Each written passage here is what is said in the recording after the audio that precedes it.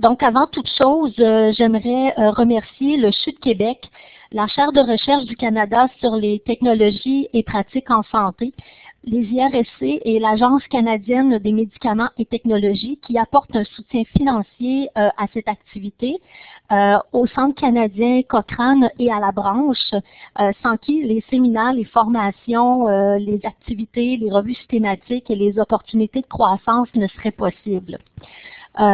On doit également mentionner l'implication très précieuse de l'Organisation mondiale de la santé et l'Organisation panaméricaine en santé, spécialement M. Luis Gabriel Cuervo, pour le support logistique et le logiciel qu'il a mis à notre disposition pour la réalisation de ces séminaires. Donc, sans plus tarder, j'aimerais vous présenter votre interlocuteur d'aujourd'hui, M. Stéphane Turcotte. Stéphane détient une maîtrise en physiologie et endocrinologie ainsi qu'une maîtrise en statistique de l'Université Laval. Il travaille présentement comme biostatisticien à la plateforme méthodologique de la recherche clinique au CHU de Québec et l'axe santé publique et pratique optimale en santé. Ses fonctions principales consistent à offrir de la formation, du support et des services statistiques à la direction de la recherche du CHU de Québec. Ses compétences et son savoir sont mis à profit dans la réalisation de plusieurs revues systématiques, dont 4 revues Cochrane. Ses connaissances et expertises méthodologiques rayonnent de plus en plus dans notre communauté par son implication dans notre réseau de formateurs Cochrane. Donc, sans plus tarder, Stéphane, je te laisse la parole. Bonjour à tous. Il me fait plaisir d'être parmi vous pour vous parler des principes d'une méta-analyse. Donc, le séminaire d'aujourd'hui, c'est une introduction qui vise à rappeler les concepts de base d'une méta-analyse. Donc, qu'est-ce qu'une méta-analyse? Donc, quand plusieurs études répondent à une question bien définie selon les critères PICO, donc les critères PICO dans une revue systématique permet de définir une question de recherche pour une revue, donc en termes de population, d'intervention, de comparateurs et d'outcomes ou résultats observés. Donc, quand la question PICO est assez précise, il est possible de combiner les effets de chaque étude à un effet résumé au niveau de la revue. La méta-analyse, c'est une partie qui est optionnelle d'une revue systématique. Ce n'est pas toutes les revues qui sont propices à la réalisation d'une méta-analyse.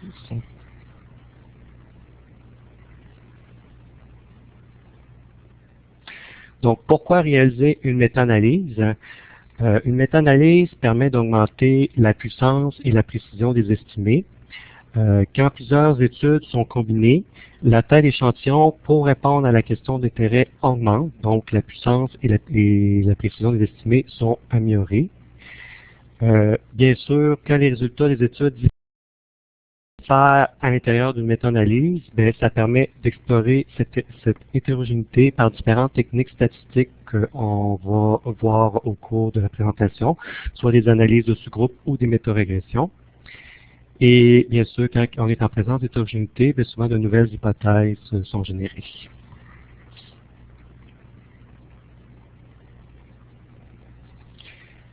Donc, la méta-analyse est appropriée quand justement il n'y a plus d'une étude qui a mesuré un effet. Les études présentent suffisamment de similitudes pour générer un résultat significatif et utile. Donc, la question PICO est assez précise. Et le résultat a été mesuré de plusieurs manières semblables. Et bien sûr, il faut que les données soient disponibles dans un format utilisable lors de l'extraction des données. Elle est non appropriée quand justement la combinaison d'un large éventail d'études répond à des questions larges, qu'à ce moment-là, la méta-analyse donne des résultats biaisés et qui ne font pas de sens.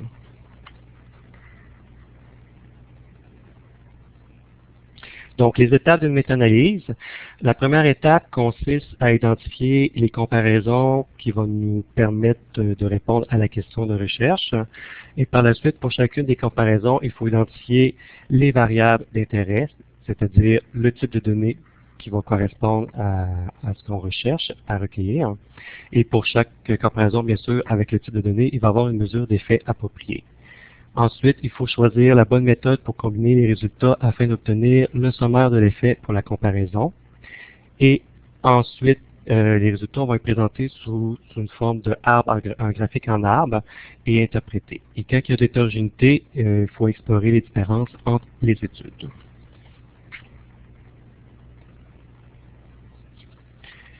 La première étape consiste à segmenter le sujet en comparaison. Une revue peut en contenir une ou plusieurs, dépendant de la question de recherche. Comme par exemple, ici, un exemple fictif, c'est la caféine pour la somnolence diurne. Donc, on s'intéresse à savoir si la caféine peut influencer la somnolence diurne. Donc, pour répondre à cette question, seulement une comparaison nous intéresse, soit comparer le café régulier avec de la caféine à du café décaféiné.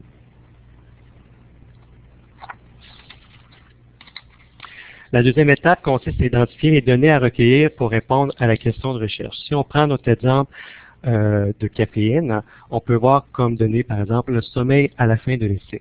Donc, le sommeil, c'est savoir s'il y a eu, oui ou non, un sommeil. Donc, c'est une donnée qui est dichotomique et la mesure d'effet qui peut être associée à une donnée dichotomique, c'est soit un risque relatif ou un odds ratio, rapport de cote, désolé.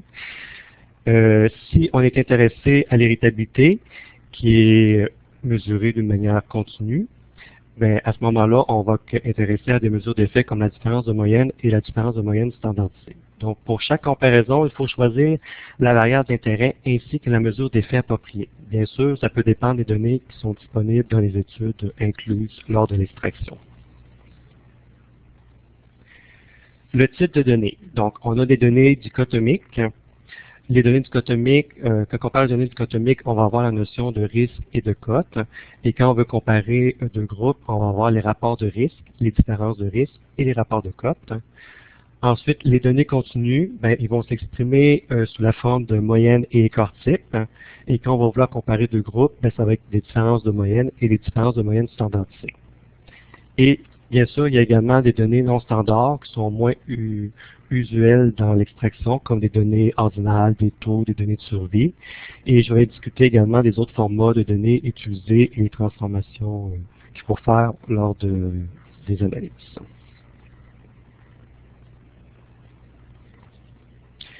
Donc, une mesure dichotomique, c'est une mesure qui exprime la chance à l'intérieur d'un groupe d'appartenir à une des deux possibilités ou événements. Donc, c'est comme, par exemple, le sexe, homme ou femme. Donc, pour exprimer ça, on peut l'exprimer en risque ou en cote.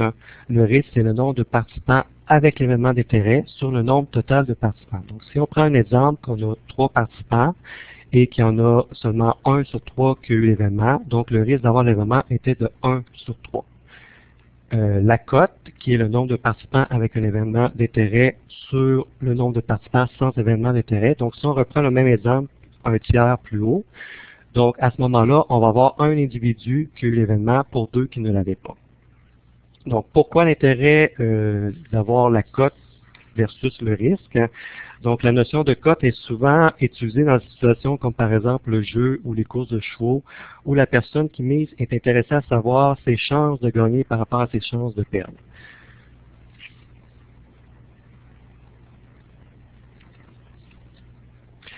Donc, pour comparer deux groupes avec la notion de risque, il existe le rapport de risque et la différence de risque. Donc, le rapport de risque, c'est le risque du groupe intervention sur le risque du groupe contrôle. Comme c'est un ratio, donc la référence est 1. Donc, si on a un rapport de risque de 1,79, ça veut dire que l'intervention augmente le risque de l'événement de 79 %. Et si on a un risque inférieur à 1, comme par exemple 0,79, il faut l'interpréter par rapport à 1. Donc, l'intervention réduisait le risque de l'événement de 21 %. Pour une différence de risque, c'est beaucoup plus simple. C'est le risque de groupe d'intervention moins le risque du groupe contrôle. Donc ici, bien sûr, comme c'est une soustraction, la référence est 0. Donc si on a une différence de risque de 0,11, X personnes sur 11 ont eu l'événement dans le groupe contrôle, ça veut dire que 11 personnes de plus ont eu l'événement avec l'intervention. Donc c'est une interprétation beaucoup plus simple pour la différence de risque. Ensuite, l'autre notion est le rapport de cote, qui est la cote du groupe intervention sur la cote du groupe contrôle. Donc, comme c'est un ratio, encore une fois, la référence est 1. Ici, l'interprétation est beaucoup plus difficile parce que l'interprétation va se faire par rapport à la cote du groupe contrôle. Donc, ça, on rappelle la notion de cote. C'est le nombre d'événements par rapport à ceux qui n'ont pas eu l'événement. Donc, si on a un rapport de cote de 2,06, on va dire que l'intervention a augmenté la cote à 206% de la cote dans le groupe contrôle. Donc, l'interprétation est pas aussi naturelle qu'un risque relatif ou une différence de risque. Ici, on prend un rapport de cote inférieur à 1, 0,06, l'intervention a réduit la cote d'événement à 6% de celle du groupe contrôle.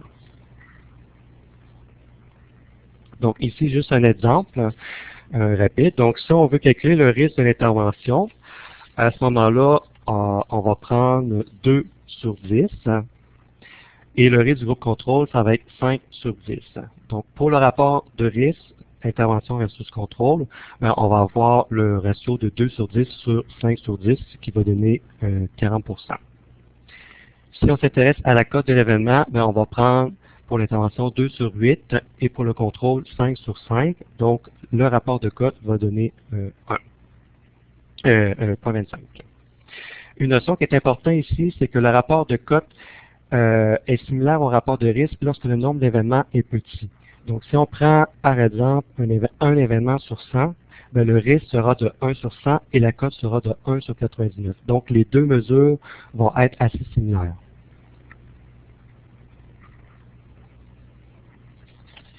Donc, dans une revue systématique, on peut avoir à choisir, on va avoir à choisir une des 3 mesures, et le choix de la mesure va se faire selon 3 critères, soit selon la communication, la cohérence ou les propriétés mathématiques.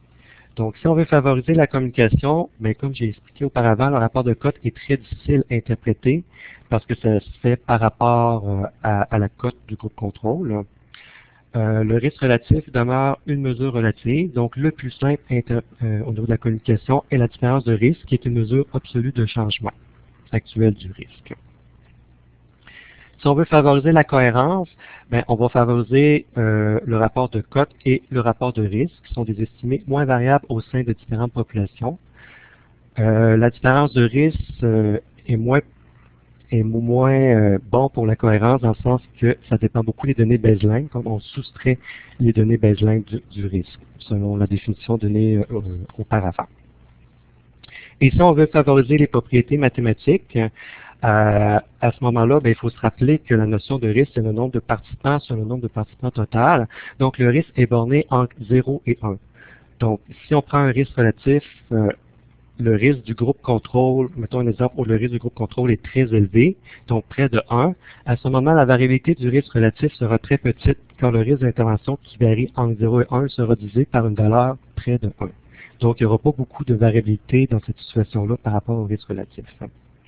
Il y en a de même avec la différence de risque qui sera toujours située entre moins 1 et 1. Par ailleurs, la cote, on a vu que c'était le nombre d'événements sur le nombre de non-événements. Donc, la cote peut prendre n'importe quelle valeur entre 0 et l'infini. Donc, le rapport de cote aura beaucoup plus de variabilité. Mesure continue. Donc, une mesure continue, c'est une mesure qui peut prendre n'importe quelle valeur dans un intervalle spécifié. Donc, les intervalles entre les valeurs doivent être égaux. Par exemple, la distance entre 1 cm et 2 cm et 50 cm et 51 cm, c'est les mêmes. Quand on veut exprimer une mesure continue, on l'exprime en fonction de la moyenne et de l'écart type. La moyenne, c'est la somme de chacune des valeurs observées d'une variable sur la fréquence totale. Et l'écart type, c'est la mesure de dispersion autour de la moyenne. Donc, une manière de présenter les données continues est la courbe normale. La moyenne qui est représentée par la lettre mu, qui est au centre de la distribution. Et l'écart type est représenté par le symbole sigma autour de la moyenne. Donc, lorsqu'on représente une donnée continue qui respecte la normalité, on va souvent la résumer sous la forme moyenne plus ou moins écart type. Donc, si on regarde bien le graphique, le premier écart type, mu au premier écart type, on a 34,1 des données.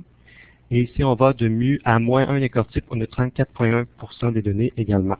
Donc, ceci veut dire que 68,2% des données se retrouvent à l'intérieur de l'intervalle résumant l'écart type autour de la moyenne. Donc, si on prend un exemple, on prend l'exemple de la caféine, du score d'héritabilité qui est la moyenne est de 20 avec un écart type de 9,1.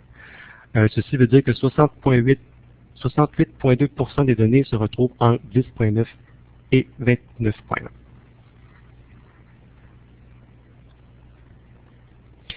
Si on veut comparer deux groupes, à ce moment-là, on va parler soit de différence de moyenne ou de différence de moyenne standardisée. Donc, la différence de moyenne, c'est la moyenne du groupe intervention moins la moyenne du groupe contrôle. Donc, ici, comme c'est une soustraction, la référence est 0. La différence de moyenne va être utilisée surtout dans les cas où on a la même échelle de mesure dans les différentes études. Et l'interprétation va dépendre va dépendre de la direction de l'échelle. Donc, peut-être qu'on va avoir à inverser les échelles pour les ramener dans le même sens pour toutes les études. Va dépendre également de la longueur de l'échelle, dans le sens qu'une échelle qui varie de 0 à 50 n'a pas la même variabilité qu'une échelle qui varie de 0 à 2. Et de la différence minimalement importante du point de vue clinique. La différence de moyenne standardisée, c'est la moyenne du groupe intervention moins la moyenne du groupe contrôle, mais on divise par l'écart type combiné des deux groupes. Donc, c'est un écart type qui est pondéré par la taille d'échantillon des deux groupes. Et bien sûr, la référence ici est 0. Donc, quand on a différentes échelles, ça va être la mesure qui va être privilégiée. Donc, elle est utilisée justement comme par exemple si on mesure le poids d'un objet dans 4 études, puis qu'une étude le mesure en kilogrammes, une autre en grammes, une autre en livres, puis un autre que c'est le nombre de blocs de béton de 2 kilogrammes, ben, soit qu'on convertit toutes les mesures en grammes pour utiliser la différence de moyenne, sinon on utilise la différence de moyenne standardisée. Donc, à ce moment, le comparatif pour chaque échelle sera l'écart type de chacune des échelles. Donc, l'interprétation va se faire par rapport à l'écart type, puis il va dépendre également des mêmes facteurs que la différence de moyenne, soit la direction de l'échelle, la longueur de l'échelle et la différence minimalement importante. Donc, un exemple, l'échelle d'irritabilité. Donc, ici, un score plus élevé veut dire plus irritable. La longueur de l'échelle varie entre 0 et 50, et la différence minimalement importante est de 5. Donc, si on regarde les moyennes, pour la caféine, on a 20 et la décaféine, on a 33. Donc, la différence de moyenne est de moins 13. Donc, si on compare par rapport à la différence minimalement importante qui est de 5, bien, on peut voir qu'il y a un effet très significatif. Et lorsqu'on regarde la différence de moyenne standardisée, bien, on peut voir que c'est moins 1,5. Donc, mais ce qui veut dire que c'est moins 1,5 fois l'écart type. Donc, si on regarde les deux écarts types, soit 9.1 et 8.6, si on prend bon, je ne l'ai pas calculé, mais un écart type combiné, donc autour de 9, donc ça va être moins 1.5 fois l'écart type qui est d'environ 9.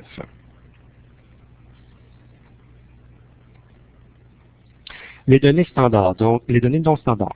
Donc, ça signifie tout simplement les autres formats de données qui peuvent être utilisés dans une méta-analyse. Donc, on a les données ordinaires, et c'est des données qui impliquent une gradation dans les catégories. Donc, par exemple, si on a une échelle de douleur, ben, c'est aucune douleur, pas beaucoup de douleur. Donc, ces échelles-là, ben, si on a peu de modalités, comme par exemple pas, peu et beaucoup, on peut penser à la dichotomiser, par exemple pas versus peu et beaucoup. Si on a une échelle avec beaucoup de modalités, ben, on peut la traiter en continu en utilisant un score moyen. Le taux, c'est le nombre d'événements sur la durée. Donc, dans la définition de taux, il y a deux notions, soit la quantité représentée par le nombre d'événements et le temps représenté par la durée. Donc, on peut traiter l'événement en dichotomique, c'est-à-dire présence ou pas à un temps fixe, par exemple le nombre de décès qu'il y a eu à 5 ans, et calculer, c'est ça justement, le nombre de participants qui auraient eu au moins un événement à ce temps. On peut le traiter aussi en continu, sans considérer la notion du temps, en calculant la moyenne du nombre d'événements par personne. Et si on veut comparer deux groupes, on utilise un rapport de taux. Les données de survie, c'est des données c'est un temps écoulé avant que l'événement ne se produise. Donc, ça fait appel à la notion de données censurées. Le cas le plus souvent rencontré est le cas de la censure à droite où le patient est perdu de vue avant qu'il y ait eu l'événement ou la fin de l'étude. À ce moment, ces données doivent être traitées d'une manière particulière avec des analyses de survie, soit des Kaplan-Meier ou des modèles de Cox, et la mesure des faits associés est le taux d'incidence ou le hasard ratio. Bien sûr, on n'a pas toujours ces formats de données, on n'a pas toujours une moyenne, un écart type ou des fréquences lors de l'extraction des données. Donc, on peut être appelé à utiliser d'autres formats de données, comme par exemple l'erreur type, l'intervalle de confiance, la valeur P et la médiane. On peut également utiliser les estimés de l'effet global avec sa mesure de variance. Donc, lorsqu'il y a des incertitudes, c'est toujours conseillé d'aller voir un statisticien. Donc, l'intervalle de confiance. L'intervalle de confiance exprime les certitudes. Donc, c'est la gamme de valeurs à l'intérieur de laquelle nous pouvons raisonnablement croire que l'effet réel est compris. Donc, si on prend par exemple un intervalle à 95%, ben, ça signifie que nous sommes certains à 95% que la vraie valeur se retrouve dans cet intervalle si on répétait plusieurs fois l'expérience. Un logiciel gratuit qui existe, c'est Review Manager 5.2, qui calcule tous les intervalles de confiance en fonction de la méthode utilisée. Et également, on peut écrire la revue dans ce logiciel.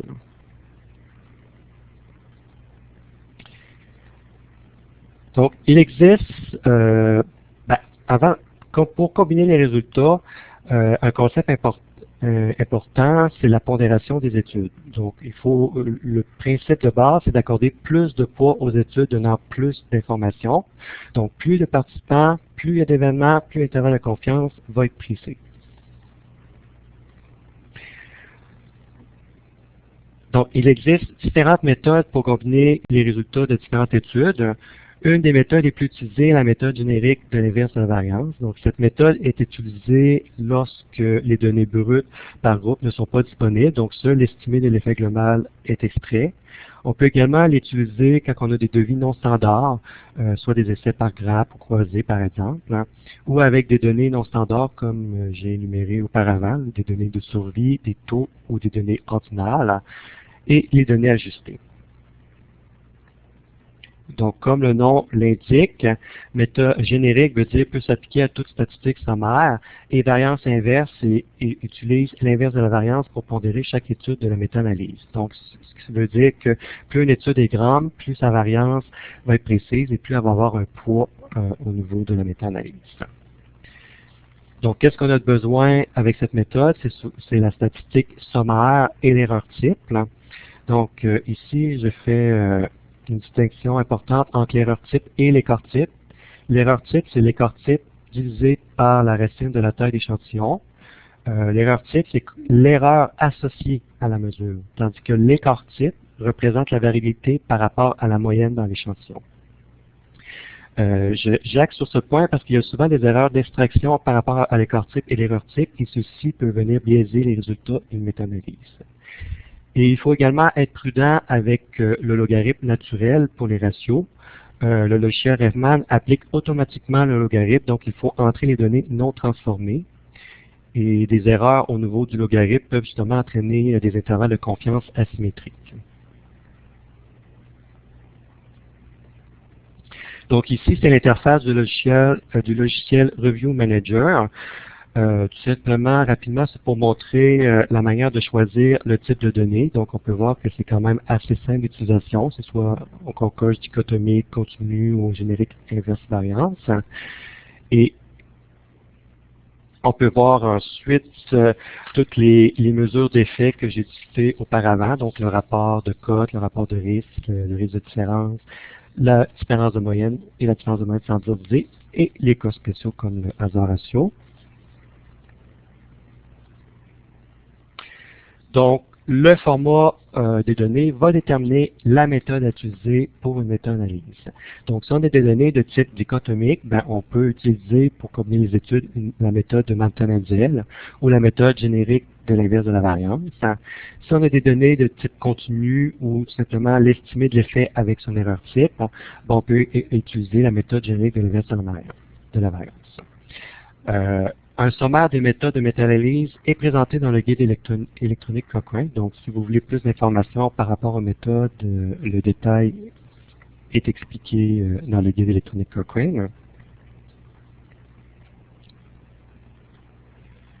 Présentation des résultats. Donc, la façon de présenter les résultats est sous forme de graphique en arbre. Donc, on peut voir les deux groupes de comparaison, le groupe avec la caféine et le groupe décaféiné. On peut voir le nombre d'événements dans chacun des groupes avec le total de participants. Le nombre des études complètement à gauche, on peut voir qu'il y a 7 études. Ensuite, on remarque le poids des études qui est en relation avec la taille d'échantillon. Donc, si on prend l'étude de Northcave, on peut voir que c'est l'étude qui a le plus de poids, 26,4, mais c'est aussi l'étude qui a le plus de participants. On peut voir également la mesure d'effet de chacune des études avec l'intervalle de confiance associé. Les résultats sous la forme d'un graphique en arbre, il faut remarquer que la grosseur du point de l'étude ne correspond au poids de l'étude. Donc, le point le plus gros, qui est l'étude de Northcave, correspond au poids de 26,4 %. Le losange présente la mesure résumée de l'effet et son intervalle de confiance associé. Donc, les extrémités du losange, c'est l'intervalle de 0,96 et 2, et le centre du losange représente 1,38.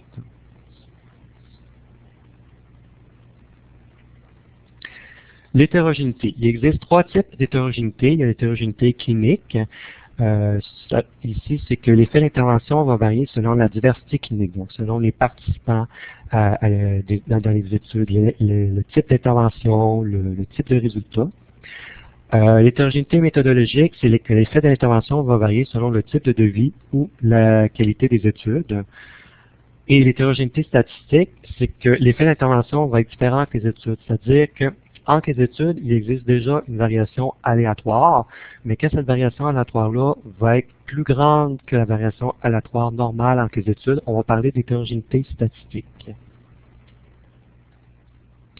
Pour ma part, je vais plus vous parler de l'hétérogénéité statistique.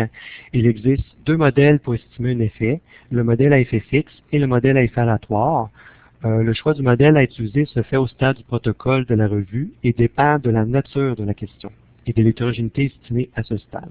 Donc, si on s'attend à avoir une mesure assez homogène pour une question très précise, le modèle effet fixe peut être considéré. Toutefois, si on pense que les effets entre les études vont varier, il vaut mieux considérer un modèle à effet aléatoire. Donc, l'hétérogénéité, bon, le choix du modèle, ça dépend de l'hétérogénéité estimée dans le protocole. Donc, en absence d'hétérogénéité, les deux modèles vont être identiques. C'est en présence d'hétérogénéité qu'on va observer des différences. Avec pondération, l'effet va être similaire, mais les intervalles de confiance vont être plus larges. Et sans pondération, il va y avoir un effet différent, car les modèles à effet aléatoire donnent plus de poids aux petites études. Donc, il existe 2 statistiques pour tester l'hétérogénéité, soit la statistique Q et I2. La statistique Q, qui est le test du Q2, exige quand même une interprétation soigneuse parce que ça faut une puissance statistique quand même adéquate, parce que la puissance statistique va dépendre du nombre d'études et la taille des études. Donc, l'hétérogénéité décelée peut être pas cliniquement importante. La deuxième statistique, I2, c'est le pourcentage de variabilité causée par l'hétérogénéité plutôt que par la chance.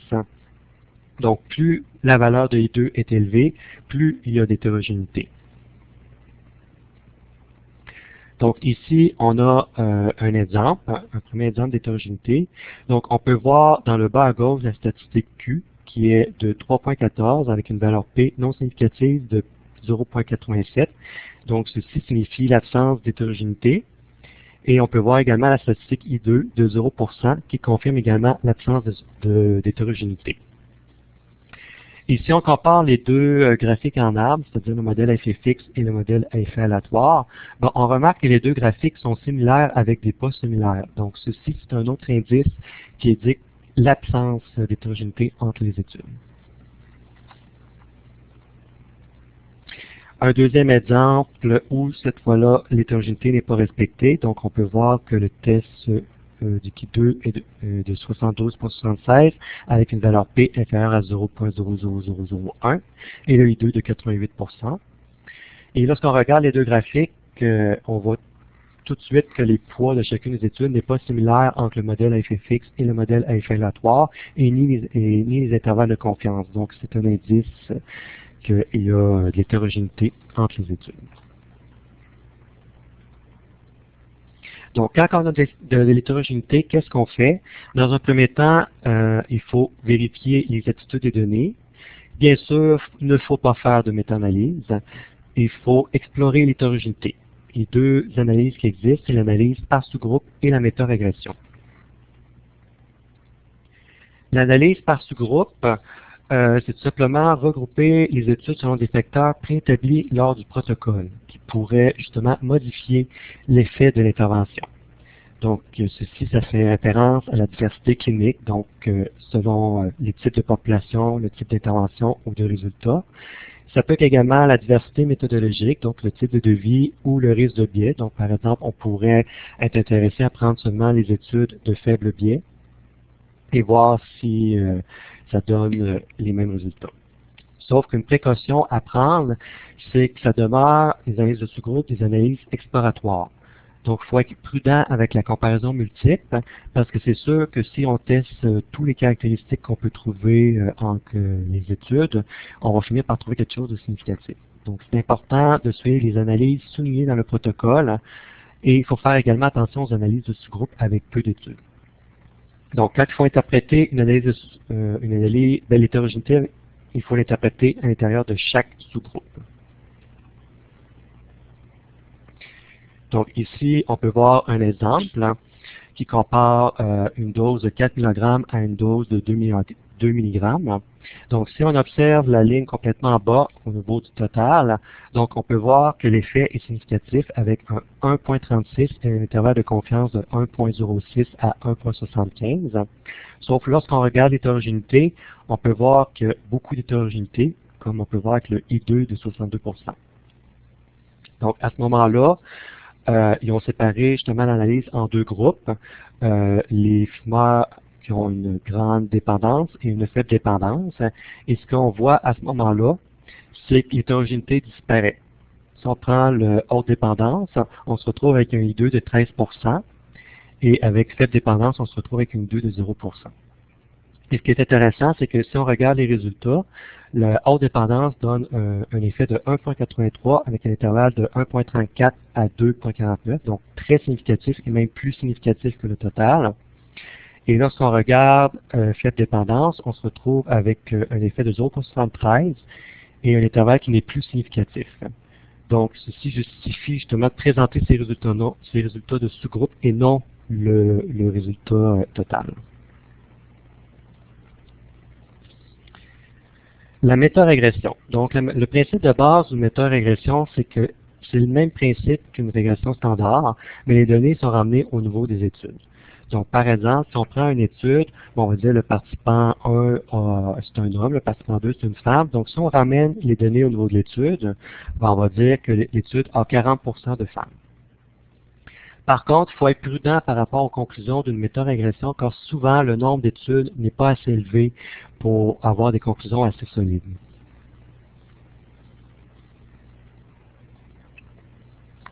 L'analyse de sensibilité, donc ici, il faut faire attention, c'est vraiment une analyse différente de l'analyse de sous-groupe.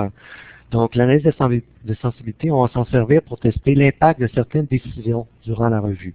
Comme par exemple, on a décidé d'inclure des études parce qu'on a changé un petit peu la définition en cours de route ou le choix de mesure ou les points de coupure.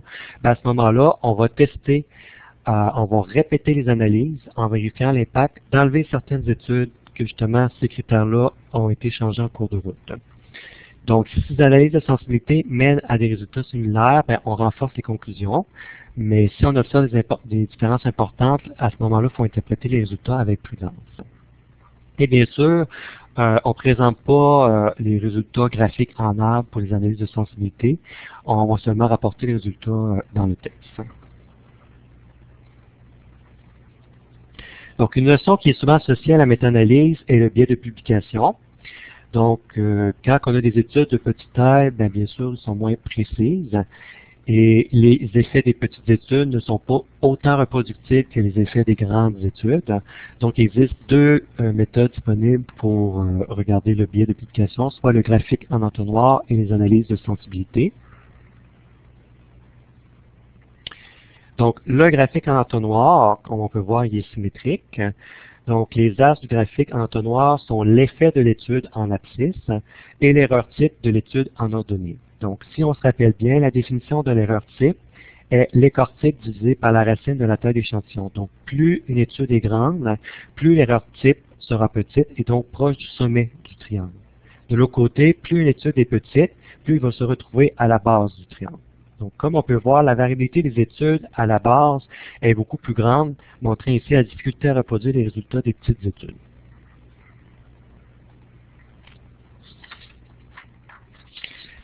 Dans le cas où les études négatives ne sont pas publiées, ben, on peut perdre cette symétrie au niveau de l'entonnoir. Donc, à ce moment-là, c'est synonyme d'un biais de publication.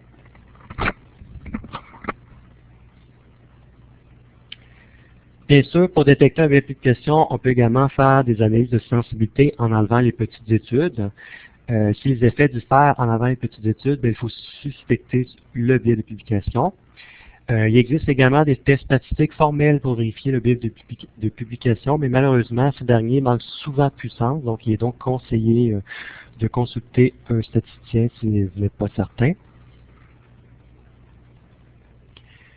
Quand on parle bien sûr de biais de publication, ben on parle de dissémination des résultats, car on sait que ça va être que la dissémination des résultats va être influencée par la nature et la direction des résultats. Donc la probabilité de publication des résultats statistiquement et significativement positifs va être beaucoup plus grande et beaucoup plus susceptible de se retrouver dans une revue. Mais par contre, dans une revue systématique, les résultats non significatifs ont autant d'importance que les résultats positifs, donc d'où l'importance de la littérature grise lors de la stratégie de recherche. Donc ici, on peut voir un graphique qui montre la proportion des études non publiées par rapport aux années écoulées depuis la réalisation de l'étude. Donc en rouge, c'est les études significatives, et en vert et en noir, c'est les études qui n'ont pas de tendance significative ou les études nulles. Donc on peut voir que les études significatives se publient beaucoup plus rapidement que si c'était une étude qui n'avait pas de résultats significatifs. Donc, quelle est la signification pour votre revue? Une chose qui est très importante, c'est de faire une recherche compréhensive dans les sources multiples. Bien sûr, il ne faut pas oublier la littérature grise, les études dans d'autres langues que l'anglais. Il faut également considérer, quand on diagnostique des originalités avec les études, il ne faut pas oublier de regarder les études de petite taille, des analyses de sensibilité pour identifier les impacts. Et bien sûr, le biais de publication ne constitue pas la seule explication, donc il n'existe pas vraiment de remède clé. Lorsqu'on a une hétérogénéité, il faut explorer le moindre effet pour essayer de comprendre qu'est-ce qui crée cette hétérogénéité-là au niveau de la méta-analyse. Donc, est-ce que vous avez des questions? Donc, merci beaucoup Stéphane pour la présentation. Pendant que l'on fait la compilation de vos questions sur l'espace de discussion en ligne, William va placer sur l'espace de discussion le lien pour procéder à l'évaluation. Donc, je vois que les questions commencent à apparaître. Pendant la présentation, il y a une personne qui a demandé pourquoi même inclure les études non publiées. Stéphane, est-ce que tu es à même de répondre? Donc, Stéphane, je te demanderais peut-être d'ouvrir ton micro et d'appuyer sur « Parler » pour pouvoir répondre aux questions, s'il te plaît. OK. OK. Donc c'est ça, c'est que quand on fait une méta-analyse, c'est vraiment important d'aller chercher toutes les études, autant positives et négatives. Et bien sûr, comme j'ai dit vers la fin de la présentation, c'est les études positives qu'on a tendance à trouver publiées dans les journaux. Donc, il est vraiment important d'aller chercher également les études non publiées qui ne sont pas significatives pour que justement la méta-analyse reflète vraiment la réalité par rapport à la question. Donc, merci. On a une autre question ici, une personne qui nous demande à partir de quel seuil de I2 on pense que l'hétérogénéité est trop importante. Le seuil des deux, ma réponse, avec un peu plate, ça va dépendre de la situation. C'est sûr qu'il existe des critères énumérés à certaines places qui disent, mettons, à partir de 40%, le seuil commence à avoir beaucoup d'hétérogénéité, mais ça va dépendre aussi beaucoup de la question de recherche. Parce qu'il se peut que la question de recherche soit un petit peu moins précise. Donc, c'est sûr qu'on peut tolérer un plus grand niveau d'hétérogénéité, mais c'est sûr que quand on dépasse 50%, ça commence quand même à être élevé comme hétérogénéité. D'accord, merci. On nous demande également, est-ce que seul le seuil du Qui2 prévaut?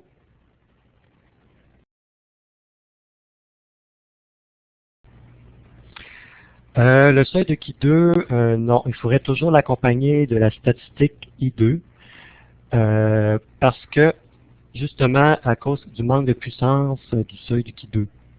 Donc, c'est toujours bien de regarder les deux statistiques ensemble et même de regarder, comme j'ai expliqué, la comparaison des deux graphiques en arbre entre l'effet fixe et l'effet aléatoire. C'est une autre indication qui permet. Dans l'ensemble, ces trois critères-là qui permettent de bien juger de l'hétérogénéité et non juste le seuil de Qui2, par exemple.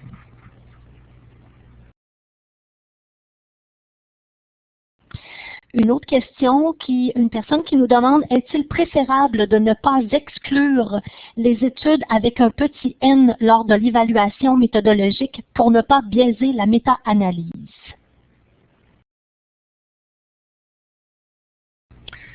Ben, moi, je pense que dans un premier temps, on peut les inclure parce que c'est quand même des études qui ont été réalisées, mais c'est sûr qu'il faut planifier une analyse de sensibilité. Parce que si les résultats sont pas similaires en les enlevant et en les ayant, à ce moment-là, il vaut mieux les enlever.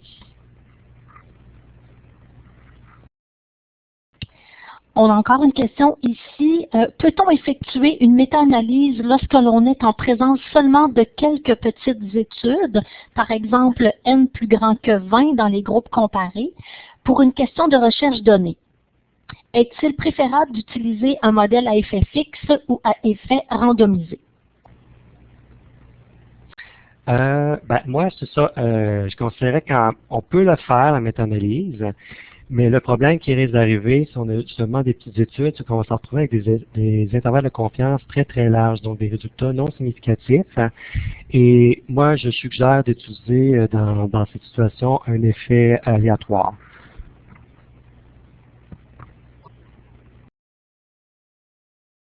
Une autre question ici, on a une personne qui nous demande s'il y a un livre simple à proposer. Je pense beaucoup de ressources sur les méta-analyses. Entre autres, le guide Cochrane en est un bon exemple.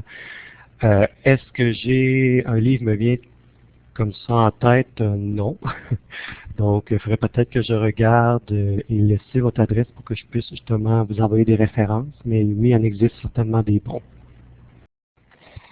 Alors, je crois que ça fait pas mal le tour pour aujourd'hui. Un grand merci à tout le monde pour votre intérêt, à vos questions extrêmement pertinentes et intéressantes. Merci pour votre participation à notre séminaire d'aujourd'hui et vraiment un très, très grand merci à Stéphane pour avoir partagé son savoir. La semaine prochaine, on va parler de méthode mixte. Et puis, ce sera présenté par le docteur Pierre Pluy. Donc, merci encore pour votre présence. Vous pouvez consulter nos activités sur notre site Internet et envoyez-nous des courriels, ça nous fera plaisir aux questions que vous allez avoir. Et pour les personnes qu'on n'a pas eu le temps si vous avez d'autres questions pour lesquelles on n'a pas eu le temps de répondre aujourd'hui, on va pouvoir vous répondre par courriel. Alors, merci beaucoup tout le monde et à la semaine prochaine.